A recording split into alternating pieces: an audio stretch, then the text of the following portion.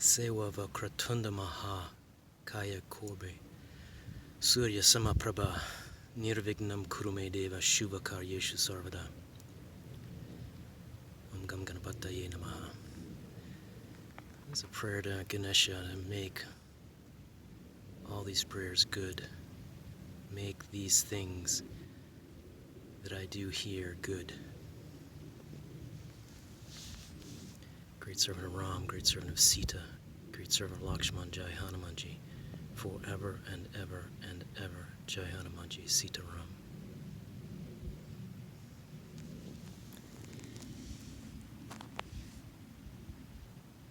In all the worlds, in all the realms, in all the times, there is the good, the true, and the beautiful. And in all the worlds, and in all the realms, and in all the times, there are great beings that hold these things, the good, the true, and the beautiful. They are the bulwark against the darkness, against Wetiko. And one of those great beings is Hanuman. Jai Hanuman Ji! Great servant of Ram, great servant of Sita, great servant of Lakshman, great servant of the good, great servant of the true, great servant of the beautiful.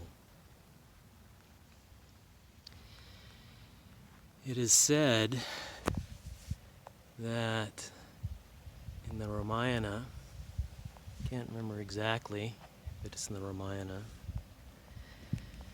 that the great rishis asked Ram, surely there is no other greater than you. And it is said that Ram replied, well, surely it must be Hanuman.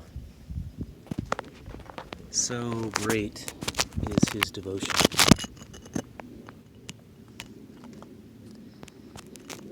And that particular lesson really touched me deeply when I first heard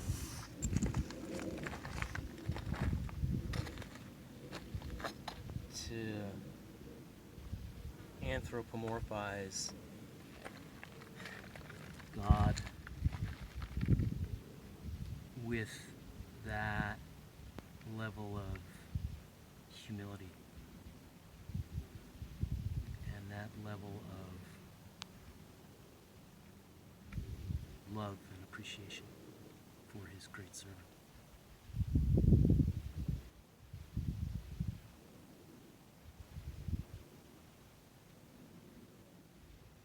I've been a Hanuman devotee for a long time now. I had many teachers that were Hanuman devotees, so it was kind of like a hello, that cosmic knock on the door.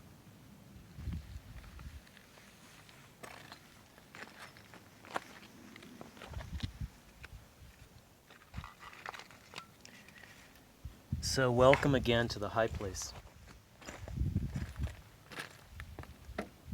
My great altar to Hanuman. My great altar to healing and freedom. I have great altars in my home, that have been sanctified thousands of times, that I feel that are quite clean and powerful. But nothing quite matches the high place.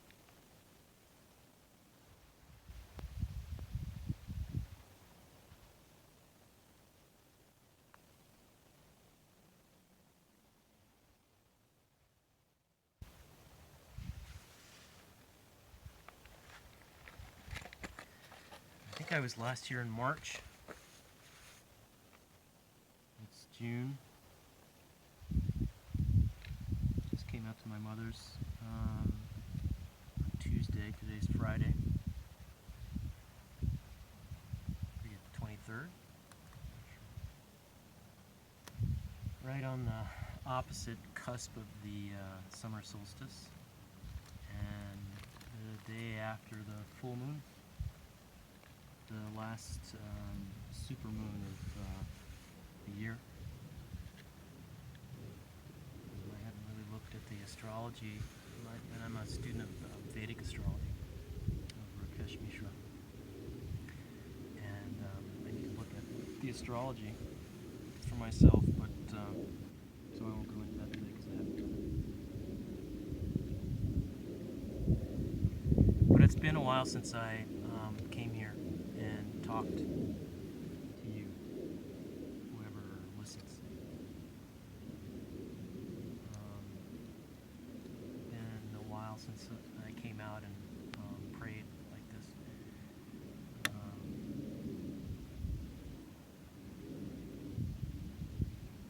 And I'm very grateful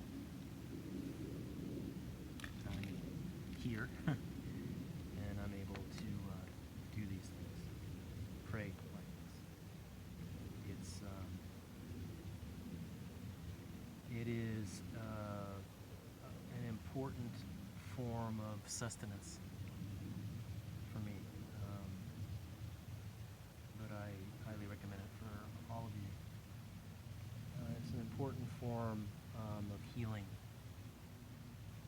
an important form of communion with the Great Spirit and the spirits of this place. And my prayers are always, I pray for great strength, body, mind, emotions, energies, soul, spirit, great strength to, like Hanuman, hold the good, the true, and the beautiful. But, selfishly and a little bit more down to earth, and great strength to serve and protect my family, my loved ones.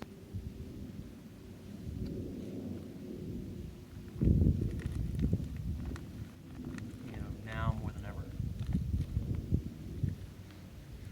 think it's very important.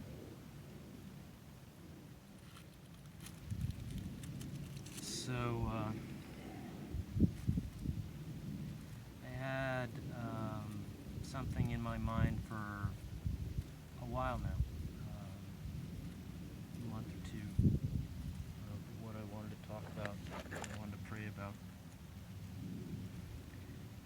And, I give that time to express itself to me in a way that makes it feel right, as I come up and I pray at the different stations. I've talked to you about that before. I can only come up here and talk like this if I do the work, put in the work necessary to ask permission to come up here and talk to you. So the things that were top of mind, that stayed top of mind, were a couple of things. I wanted to talk to you about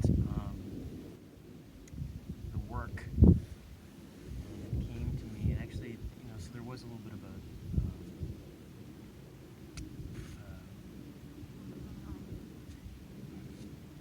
a clarity that came as I was coming up and praying about initiation, or about work. I gave it away. The work as I look back, it was all about initiation. And you probably realize there's many different types of initiation, from the outward, kind of celebratory rites of passage,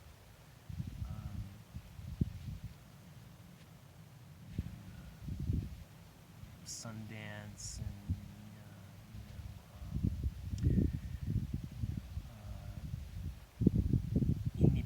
and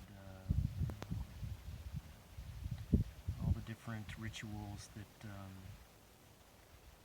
different people, particularly the indigenous people, undertake to initiate the young warriors of the tribe, or the medicine people, or whatever. And it crosses all the different types of cultures. But there's also an internal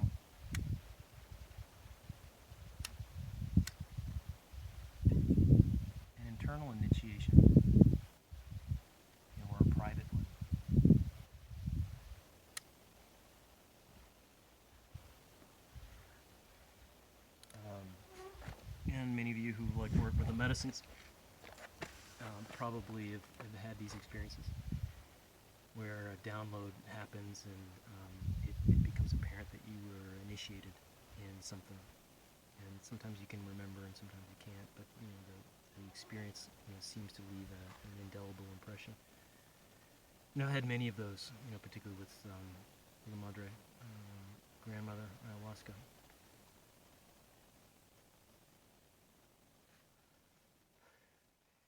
But I've also, Vision Quest, I carry a Waluta, from the Dakota peoples. I am in a community of people that Sundance and pray with the Lakota tongue. I have great teachers, that hold those lineages.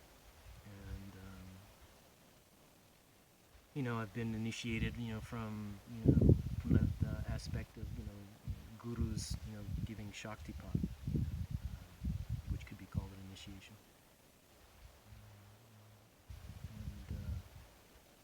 And many, Dieta could be considered an initiation. You are initiated by the plant spirit, Chirksananga, sage, Bobinsana,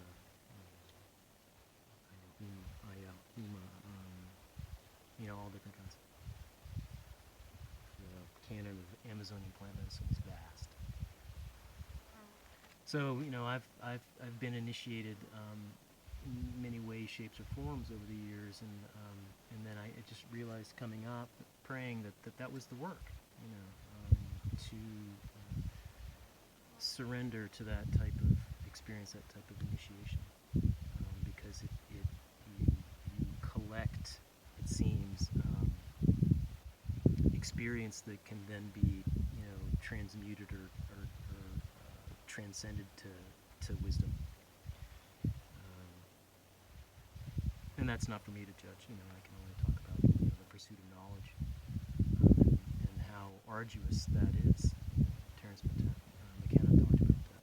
How arduous the pursuit of knowledge can be. Dangerous sometimes.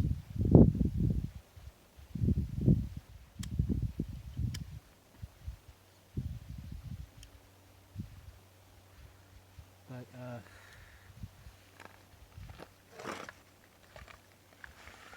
initiation, as it applies to today, now, this time, this place.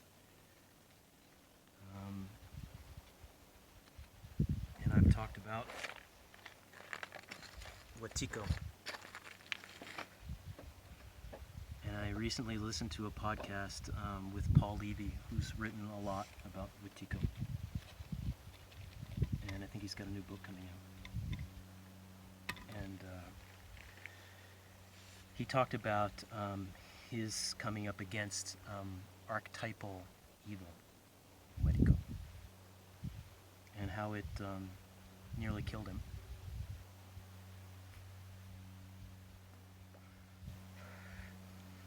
And destroyed his family. He didn't go into the detail, but obviously there was a catastrophic event in his life around that. Because you don't face something like that without being scarred. And I can relate. The last couple of years, I had some really profound and disturbing experiences with grandmother.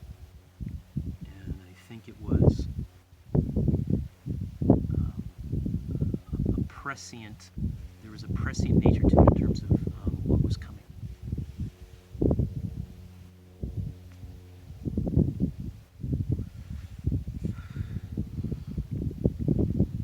Wetiko was run amok in this time, in this place, in this realm. And he gave some really good advice, and the gentleman he was speaking with on the podcast, his name is Bernard Gunther, Veil of Reality. And he talked about how we have to creatively respond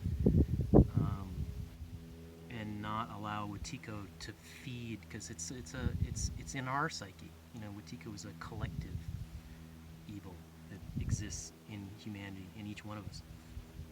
And so we contribute to it by feeding it with fear and with anger, which is my work, because I'm, a very angry person. But mainly, it stems from fear.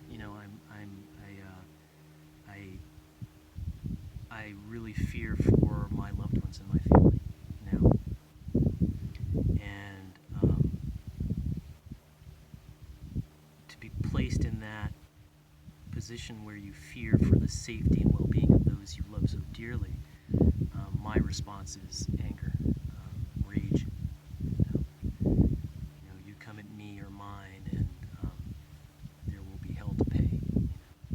I don't care who you are, whether it's psychic attack or whether it's physical attack, force of arms.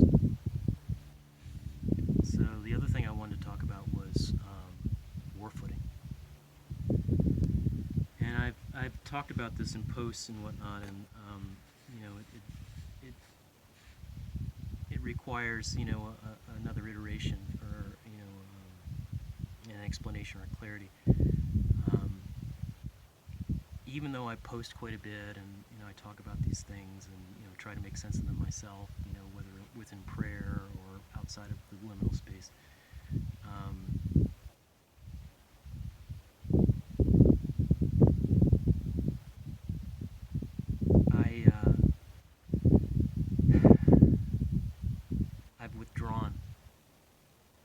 I've withdrawn from many friends. I've withdrawn from communities. Mainly withdrawn from people I felt I was no longer aligned with. Because I grok, the extreme danger that we're all in. Whether or not you believe that or not, it doesn't matter. I'm talking about my experience and my perception and my intuition and my experience in terms of prayer. And that war footing is it's connected to that withdrawing. It's kind of like hunkering down, or fortifying, like a great walled city in ancient times, fortifying for the great siege that is to come. So, I'm withdrawing to focus my efforts and my prayers on my family, my immediate loved ones, my mother, Dana, Ike, my brothers, my sister, their families, my closest friends, my teachers, because I just feel that it's gonna get worse. And I've talked to many people with whom for whom I have the greatest respect,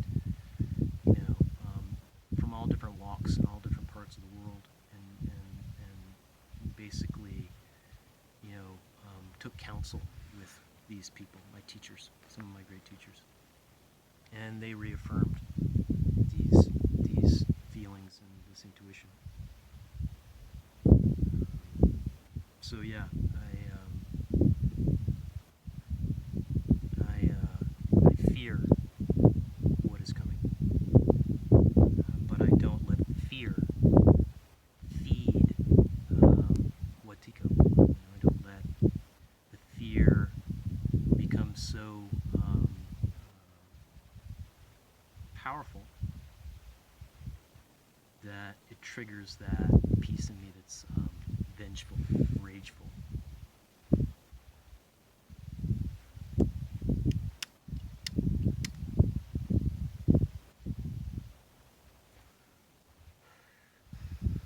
Came out early today because it's going to get up to be hot. It's, I think, a little after 9 right now. I came out at 6, and I'll be back hopefully to the house by like noontime or 1 before it starts to be really hot, because it's 103 degrees I think today. The hottest part of the day, at least, which is between like 3 and about 7. So no coming out in the afternoon. I come out early. And it's beautiful. It's so quiet because no one's out here. There's, no traffic. Air traffic or traffic on the main road. So I can really be quiet. It's walking in a sacred manner for me is a meditation. I really connect to the spirits of this place and the Great Spirit and the prayers, and I'm very grateful.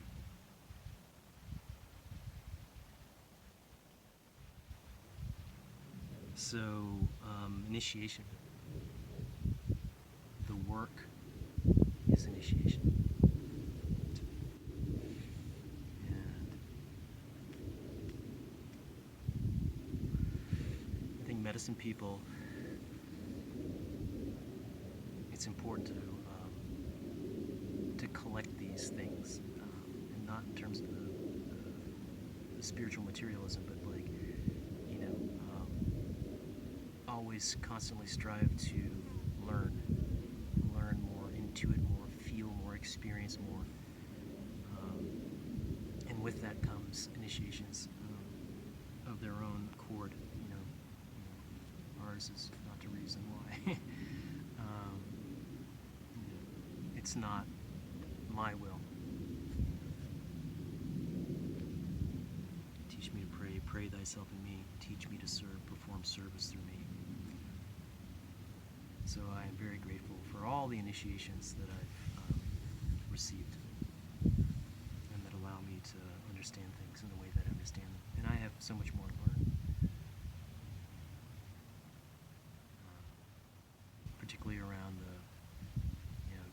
the fear that becomes rage, and to manage that, to heal that, so that I can be of service as a very clean and impeccable vessel in whatever way, shape, or form is required. But this does not negate the need to sometimes be a warrior. Many of the greatest medicine men in history were warriors as well. Great healers of their people, great warriors on the battlefield. They never saw those things as different. I don't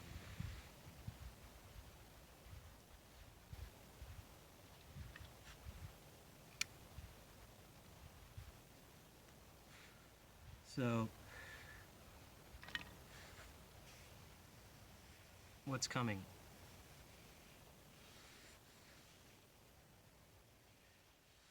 This fall, winter, when the flu season comes back around, has the potential to create a catastrophe. And the catastrophes that have been described are, antibody-dependent enhancement, pathogenic priming, and cytokine storm syndrome for those that have been vaccinated. And more and more intelligence, science is coming out about the spike proteins, as being cytotoxic, or have not been proven to not be cytotoxic. And this is for the unvaccinated as well. So I implore you to obtain Iver-Mexican and stock up on it, and take it in a prophylactic way if need be, and then take it as a treatment if need be, particularly as we move into the fall. And all the things that many of us have been talking about online, particularly, have come to pass. So to use the terminology conspiracy theory is really ridiculous at this point, because the vaccine passports are being incrementally implemented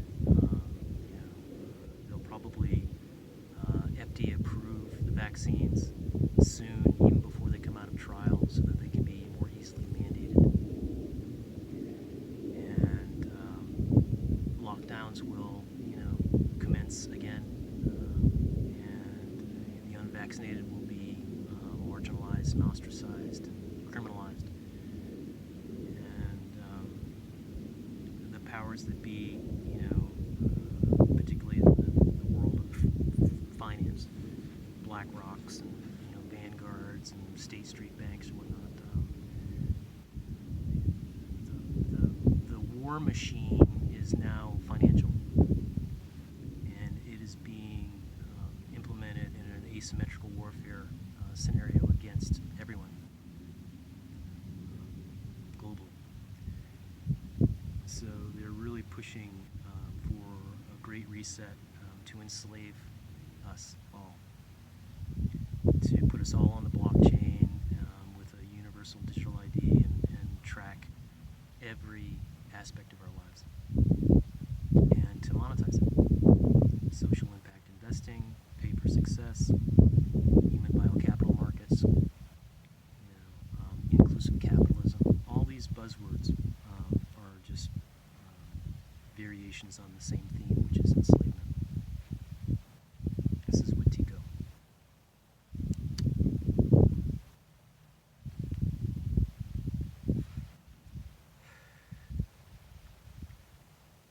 And we see it happening in the educational, academic space, to a great degree. And, we see it happening in terms of, the financial institutions, the World Economic Forum, the International Monetary Fund, the things that are being incentivized with governments, but more so on the side of private industries, to push agendas like mandatory vaccine and vaccine passport and digital ID.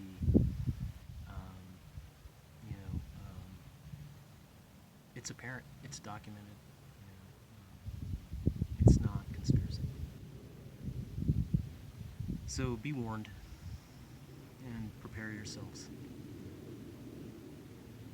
I'm going to withdraw more and more as we approach the fall, and probably stop, sounding the alarm in the way that I do. I'm already a target. Anybody that is a dissenter is targeted now. We're considered domestic violent extremists. The new legislation that's getting pushed through. Basically, they're criminalizing dissent. This is fascist communitarianism, technocratic fascism, technocratic neo-feudalism. It's incredible. I never expected to see this in my lifetime, and it's happened rapidly over the last year and a half, and they're not letting up. So all the things that we predicted last March, April have come to pass, and they're pushing. Regardless of our knowledge of the fraudulent RT-PCR tests, regardless of the fraud of asymptomatic spread, regardless of the incredible carnage that is being perpetrated with these experimental, liability-free, absolute risk reduction of 0.07%, mRNA, biotechnologies. The carnage is incredible, and it's going to increase. And the unvaccinated and COVID-19 will be blamed. So if you don't see that as a natural progression of what is happening now and what has happened up until now,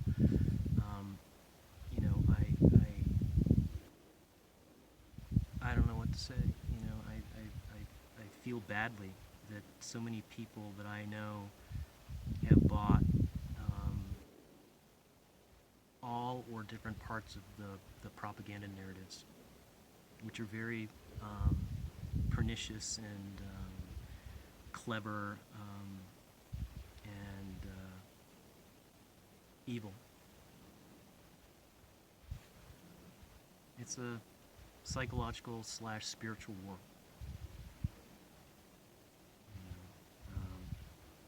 War perpetuated by people with obscene wealth and power.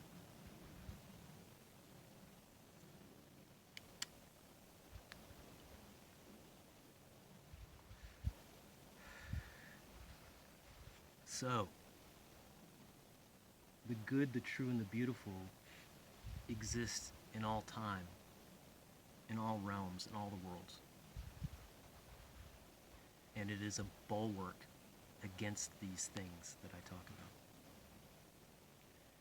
So when I come out here and pray, I pray not only for my own great strength, but I pray for the clearing of this realm, or the balancing of this realm.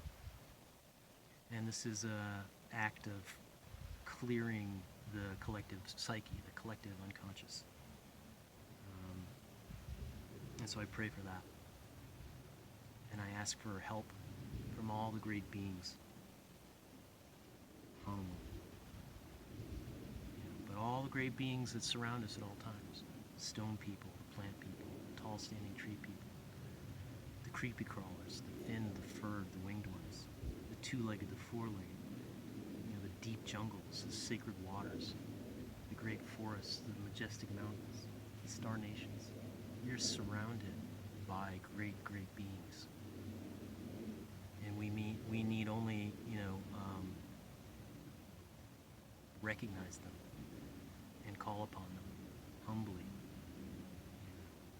with great reverence and great respect, and ask for their help. Because the evil that we face, even though it's part of us, and we must do our own work to exercise that, we need help because it is so powerful. And so I come out here to ask for that help for all of us.